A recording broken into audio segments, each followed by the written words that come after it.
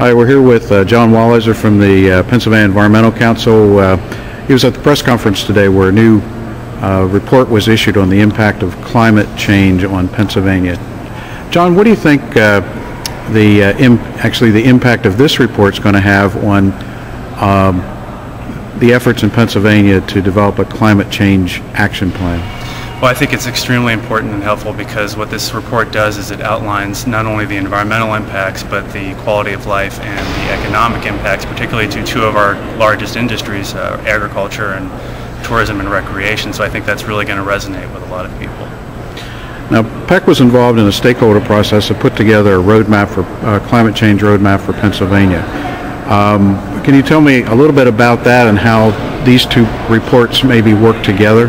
Sure. The roadmap was actually a multi-year effort that did two things. It did an inventory of greenhouse gas emissions in Pennsylvania, which found out that we are responsible for 1% of worldwide greenhouse gas emissions. It also did a series of policy recommendations on a sector-by-sector basis, including transportation, agriculture, and electric generation, and really tried to identify those policy options that are out there that are available now or will be in the foreseeable future to help us reduce those emissions.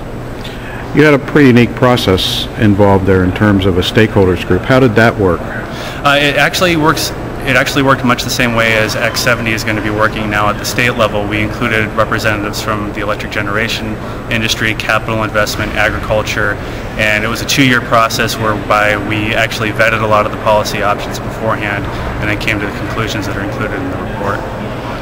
Pennsylvania has already taken a number of steps, as Secretary Cooper has said today in the press conference. What legislative initiatives have really yet to be done this year, and what are you looking forward to in terms of next year? Well, really the big ticket item for this year is House Bill 2200, which is now in the Senate, which includes the energy conservation and demand response programs that will seek to reduce energy usage across the state, especially during peak demand periods, and will help deploy smart meter technology.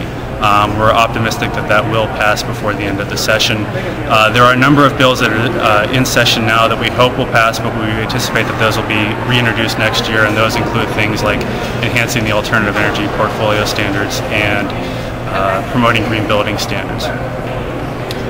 Now, PEC was also involved with a project with the Department of Conservation and Natural Resources in terms of looking at carbon sequestration opportunities. Can you tell me a little bit about that?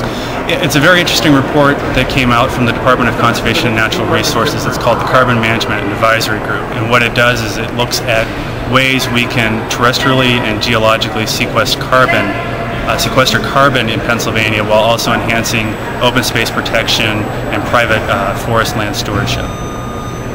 And that was also put together by an advisory group to the department, as I recall. Yeah, and the Pennsylvania Environmental Council helped facilitate that project. Good.